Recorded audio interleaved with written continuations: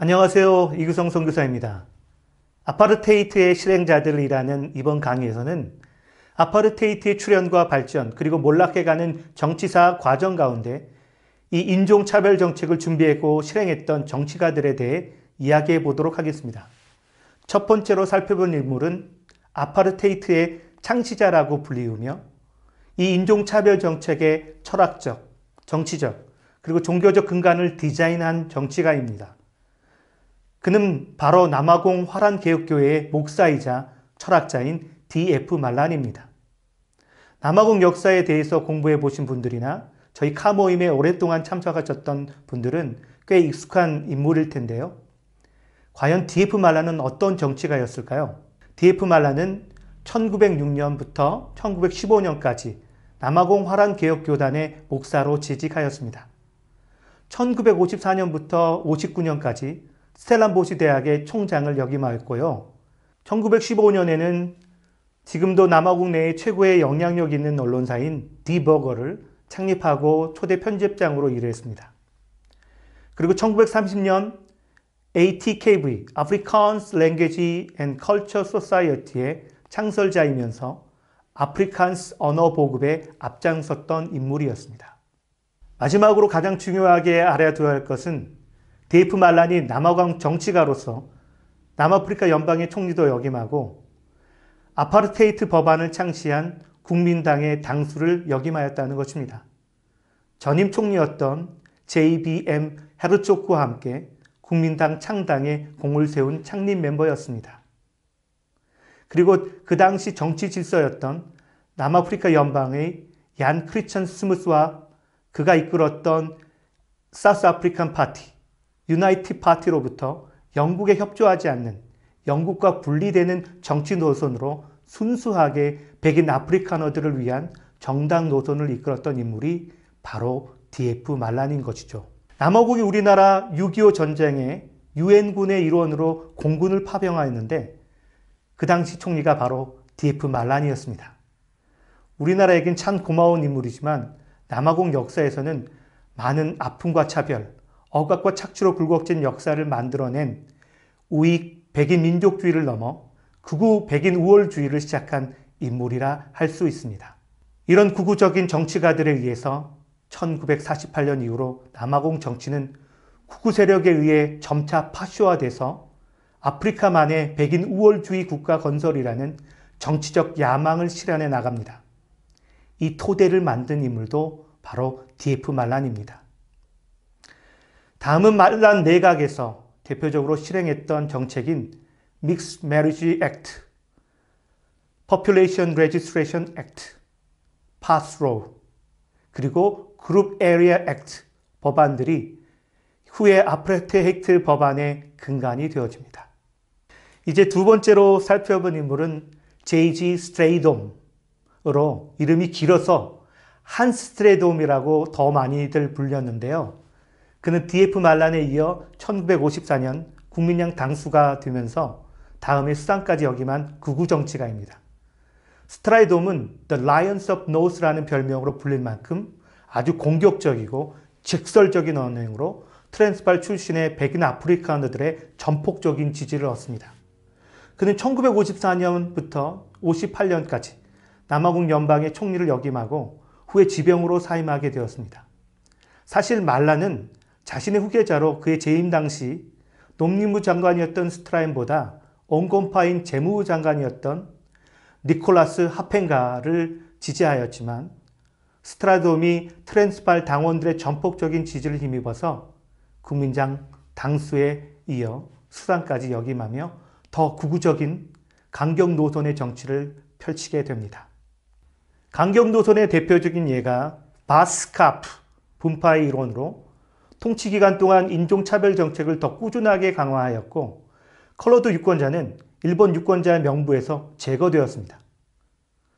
또한 소비에트 연방, 공산주의 국가들과의 외교를 단절하였습니다.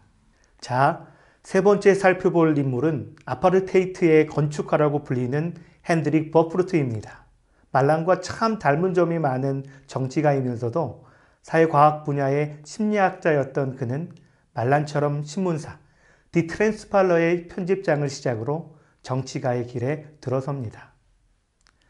1948년 국민당이 집권하는데 중요한 역할을 했으며 정치 정략가이자 선전가로서 총리에 취임할 때까지 당대표를 역임하였습니다. 그는 영연방으로서의 남아프리카 연방의 마지막 총리였는데요. 1961년에는 남아프리카 공화국 건국을 선언하였고 66년에 시청 연설 도중 디미트리 짜피언다스에 의해서 암살되었습니다. 핸드릭 버브루트는 사회과학자로서 아파르테이트의 윤리적, 철학적 근거를 가지고 정당화하려고 시도하였고 많은 세부적인 정책들을 법제화하였습니다. 놀라운 사실은 핸드릭 버브루트가 독실한 칼빈주의자 기독인이었다는 사실입니다. 그러나 이 사람이 재임 기간 동안 수만 명의 구금과 투옥, 수천 명의 추방이 이루어졌고 철권 통치를 위해 국가보안군 군대의 강화와 무기 현대화가 진행되었습니다. 그래서 아파테이크 저항운동들에 대해서도 상당 부분 성공적으로 진압하게 되었습니다. 그러한 이유들로 인해 이 시기에서 세계에서 가장 많은 수감 인구를 가진 나라가 되는 부끄러운 오명을 쓰게 됩니다. 그는 1959년 Promotion of Bantu Self-Government Act, Bantu Investment Act 등 유색인종에게는 더욱 가혹한 정책들을 실시합니다. 사회학자였던 핸드릭 버브루트는 잠재적으로 문화적 충돌 없이 따로따로 각자 인종대로 발전하며 살아가자라는 정치 철학을 일반 국민들의 의식에 심으려 했습니다. 대단한 달변가이자 웅반가였던 그는 그의 제임시 영국과의 외교가 악화일로로 치달았으나 오히려 그것을 정치적으로 역이용하여 영국의 지배하에서 벗어나고자 남아프리카 공화국 건국의 당위성을 젊은 유권자들에게 설파하고 결국에는 재집권에 성공하였습니다. 그러나 뜻하지 않는 암살로 그의 정치는 막을 내리게 되었고 영국을 비롯한 서방 외교의 압력은 갈수록 더욱 거세졌습니다. 특히 1960년 1월 남아프리카 공화국 건국 법안에 대한 찬반 국민투표를 실시를 전격으로 발표하였는데요. 61년 찬반 투표에 승리하여 의회에서 남아프리카 공화국으로의 출발이 법적으로 인정된 것입니다. 나탈주 앵글리칸 반공화주의자들의 반대에도 불구하고 나미비아 연방의 백인 투표권을 인정하므로 영국의 반대 입장을 가진 나미비아 백인 젊은 유권자들이 대거 참여하여 방심하였던 다수의 영연방 지지자들에게 승리한 것입니다. 영연방 내의 남아프리카 공화국 건국이 헌법으로 공표되자 바로 2주 후 영국 수상 해럴드 맥밀런이 남아공을 방문해서 케이프타운에 의해서 연설을 합니다. 여기서 해럴드 맥밀런은 그 유명한 연설인 변화의 바람, The Wind of Change를 통해 핸드릭 버브루트 제임스이 발생한 샤프빌 학살, 그리고 아파르테이크 정권을 우회적으로 비판하며 외교적인 압력을 가합니다. 그런데 아파르테이크의 건축가인 핸드릭 버브루트는 1960년 콩고가 벨기에로부터 독립을 하게 되자 독립을 쟁취하면서 필요 불가결하게 나오는 비극적이고 폭력적인 장면을 일부러 미디어를 통해 공개하여 이 아파르테이크 정권이 붕괴될 경우 발생할 불안과 혼돈을 조장하며 악랄하고 치밀하게 언론, 방송, 미디어를 이용하였습니다. 큰 정치적 변화 없이 안정을 원하는 일반 백인 군중들의 심리를 자극하여 오히려 아파르테이트 체계를 더욱 공교히 법제해 나갔고 극우 백인 우월주의 파쇼 정권으로 치닫습니다. 그렇기 때문에 국제적인 고립과 유엔 경제 제재를 초래함으로써 경제적, 정치적 위기를 불러오게 됩니다.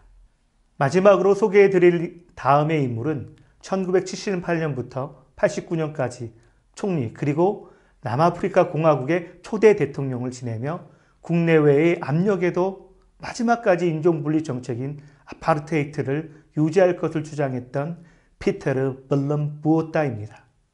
그가 총리가 되었을 당시 아파르테이트 정권은 많은 변화에 직면해 있었습니다.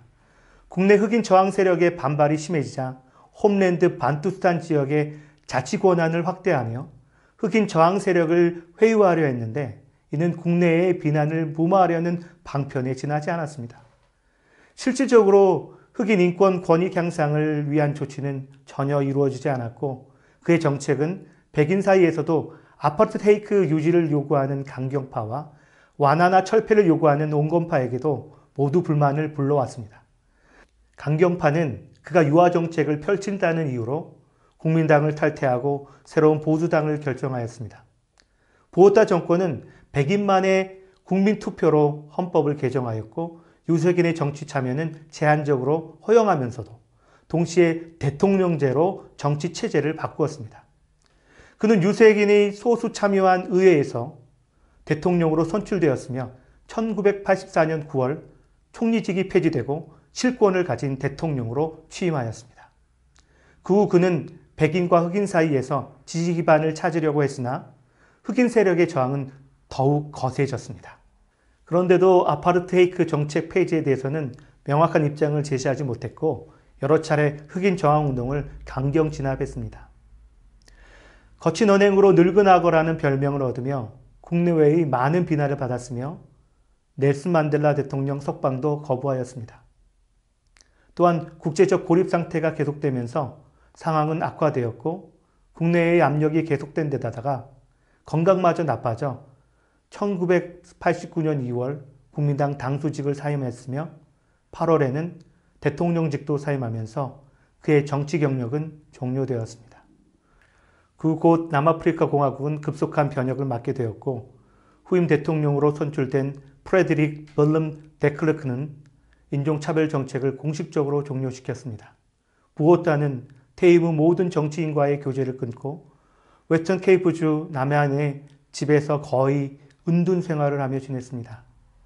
1998년 부오타는 아파르테이트 정권의 과오를 조사하는 진실과 화해위원회 증언 요청을 거부하였습니다. 그리고 결국 그는 위원회에서 유죄가 인정되었습니다. 2006년 90세의 나이로 세상을 떠났으며 아파르테이트 피해와 과오에 대한 사과는 끝까지 거부한 것으로 알려져 있습니다.